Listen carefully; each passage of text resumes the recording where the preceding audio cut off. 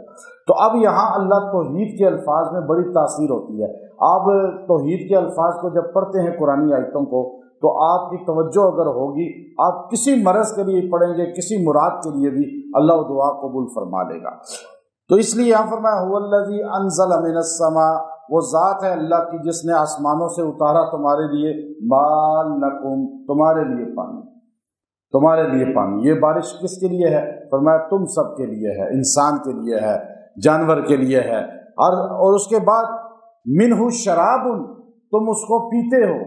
تم عربی میں شراب جو ہے وہ پینے کو کہتے ہیں، اردو میں شراب خمر کو کہتے ہیں۔ عربی میں شراب کو، جو ہم جس کو شراب بولتے ہیں، اس کو خمر بولا جاتا ہے۔ تو اللہ نے کہا منہ شراب، تم وہ پیتے ہو، ومنہ شجر، اور اس سے تمہارے لیے درخت نکلتے ہیں زمین کے اندر سے۔ اب یہ پانی ہی آتا ہے، ہم ہی پیتے ہیں، اگر سبزہ ہوتا ہے تو وہ بھی ہمارے لیے ہوتا ہے، یعنی اللہ نے وہ بھی ہمارے لیے ہی بنایا۔ فیہ تسیمون، تم اس میں چراتے ہو پھر اپنے جانور، تسیمون یعنی چرانا، چراگاہ۔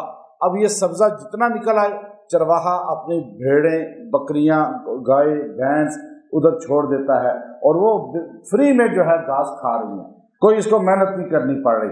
تو یہ بھی اللہ فرماتے ہیں دیکھو میں نے تمہارے لیے سارا انتظام کیا ہے۔ ینبت لکم بہ الزرع، پھر میں اسی پانی سے زمین سے کھیتی نکالتا ہوں۔ تم ایک دانے کو یوں پھینکتے ہو، اب وہ دانے کا رخ کدھر ہے تمہیں نہیں پتا، اب وہ دانہ کیسے نکلے گا۔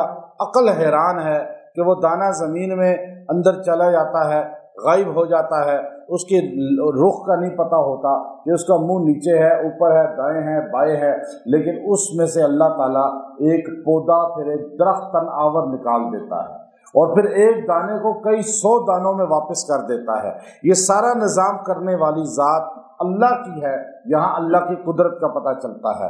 والزیتون، پھر تمہارے لیے اسی سے زیتون نکلتا ہے، والنخیل اور والاعناب، اور کھجور نکلتی ہے اور اعناب انگور نکلتا ہے۔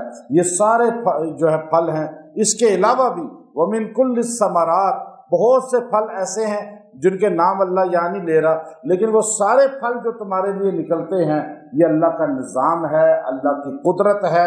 ان فی ذلک لآیۃ لقوم یتفکرون، اس میں نشانی ہے ان لوگوں کے لیے جو تفکر کرتے ہیں، غور و فکر کرتے ہیں، ہر وقت تدبر میں رہتے ہیں۔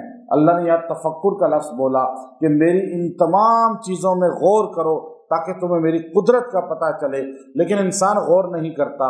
یہ غور کرنا اتنی بڑی عبادت ہے کہ آپ آنکھیں بند کر کے خالی بیٹھ جائیں اس طرح، اور آپ کا ٹائم ہے، آپ بیٹھ جائیں، آپ اپنا ذہن لے جائیں۔ اللہ نے آسمان بنایا، زمین بنائی، سورج چاند تارے بنائے، یہ سبزہ اگایا، یہ سب آپ سوچنا شروع کر دیں، اس سوچنے پر بھی اللہ تعالیٰ مغفرت فرما دیتے ہیں۔ حدیث کے اندر آتا ہے ایک آدمی پرانے زمانے میں، پچھلی امتوں میں وہ گناہگار انسان تھا اور اس کے پاس کوئی نبی کا پیغام نہیں پہنچا تھا، کوئی شریعت نہیں پہنچی تھی، اور وہ نبی کا زمانہ بھی نہیں تھا، کسی نبی کا زمانہ اس کے پاس نہیں تھا، لیکن وہ اللہ کو نہیں جانتا تھا، وہ کسی بھی عبادت کو نہیں جانتا تھا، اسے یہ بھی نہیں پتا تھا کہ اللہ کون ہے، آسمانوں پہ کہاں ہے وہ، اور یہ اللہ کا گھر کون سا ہوتا ہے، اللہ کا قبلہ کون سا ہوتا ہے، ان کسی چیز کا نہیں پتا تھا۔ وہ رات کو اپنی چھت پہ لیٹا ہوا تھا، اس نے ستاروں کو دیکھا تو ستاروں کو دیکھ کر کہنے لگا، سوچتے سوچتے سوچتے کہ میں قسم کھا کے کہتا ہوں کہ تم سب کا بھی کوئی پیدا کرنے والا ہے اور میرا بھی کوئی پیدا کرنے والا ہے۔ اب یہ سوچتا اور یہ کہتا کہتا وہ مر گیا۔ حضور صلی اللہ علیہ وسلم نے فرمایا اللہ نے اس سوچ پر اس کی مغفرت فرما دی۔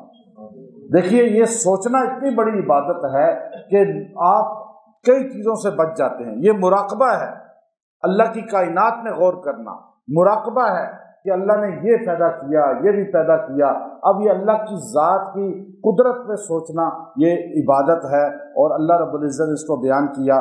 جو آدمی مرض امراض میں مبتلا ہو، بارش کے پانی پر، یہ آیت کریمہ جو 10 نمبر آیت ہے سورہ نحل کی، 10 نمبر آیت کو بارش کے پانی پہ دم کرے اور اس کو جو ہے 70 بار پڑھے اور مریض کو پلائے، 7 دن تک اللہ اس کو شفا عطا فرمائے گا۔ فصلوں پہ کوئی کیڑا آ چکا ہے، وبا آ چکی ہے اور ان میں جانوروں میں آ چکی ہے، تو آپ فصلوں اور جانوروں کو کوئی بھی بیماری آتی ہے، اکثر وبا آ جاتی ہے، تو آپ پانی پہ دم کر کے ان پہ چھڑک دیں یا ان کو پلا دیں، جو جانور ہیں فصل پہ چھڑک دیں، اللہ 7 دن میں اس مرض کو یا اس بیماری کو، اس وبا کو وہاں سے دور فرما دے گا۔